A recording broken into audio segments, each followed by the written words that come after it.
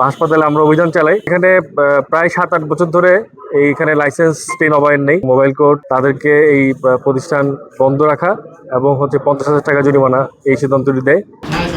তাহলে এইভাবে কি চিকিৎসা চলে বলেন? আপনি এই প্রতিষ্ঠানকে এর আগে আপনাকে জেলও দিয়েছে বোধহয়, তাই না?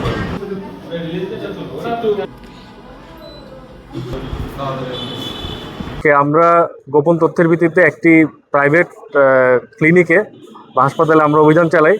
অভিযান চালিয়ে আমরা দেখতে পাই যে এখানে প্রায় 7-8 বছর ধরে এইখানে লাইসেন্সটি নবায়ন নেই এবং এখানে যে পরিবেশ, স্বাস্থ্যগত যে পরিবেশ সেটিও নেই এবং এখানে ডাক্তারও ছিল না। তাদের পর্যাপ্ত যে সময়ে রোগী আছে কিন্তু ওইখানে ডাক্তার নেই। তো এই ঘাটতিগুলোর কারণে আমরা বিজ্ঞ ম্যাজিস্ট্রেট, আমাদের যে এক্সিকিউটিভ ম্যাজিস্ট্রেট এবং জেলা সিভিল সার্জনের অফিস থেকে আমাদের যে তার প্রতিনিধি, তার সমন্বয়ে আমরা এখানে একটি মোবাইল কোর্ট পরিচালনা করি এবং মোবাইল কোর্ট তাদেরকে এই প্রতিষ্ঠান বন্ধ রাখা এবং 50,000 টাকা জরিমানা এই সিদ্ধান্তটি দেয়।